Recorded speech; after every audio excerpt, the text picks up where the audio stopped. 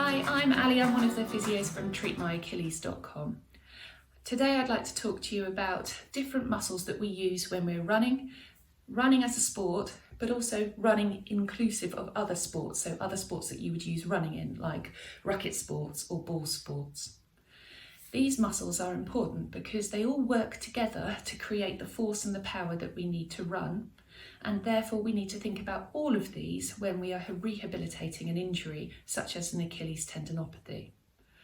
At treatmyachilles.com we are a virtual online physiotherapy service specialising in Achilles pain, and if you would like to have a look for any more information or indeed book an appointment where we can assess you and set you off on your rehab journey, then the information is found below on our YouTube videos. So today I would like to illustrate which muscles we use when we do running and how that relates to the Achilles and the calf. And we also then will have a look in a later video about why this is important and strengthening exercises that relate to that.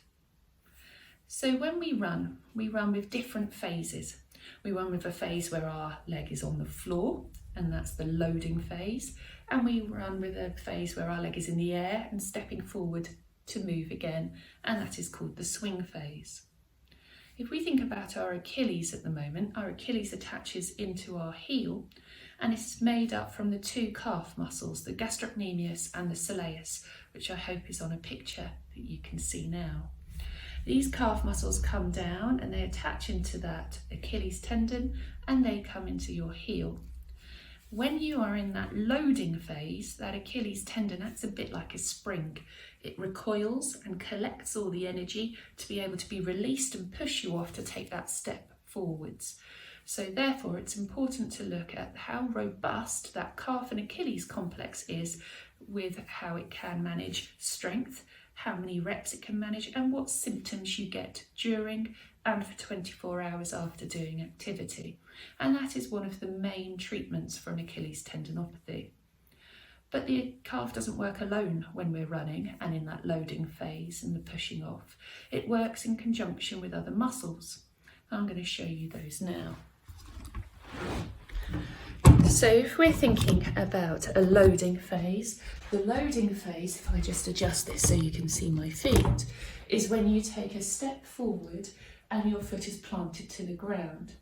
As you're taking that step forward, what you're using is the posterior chain behind you.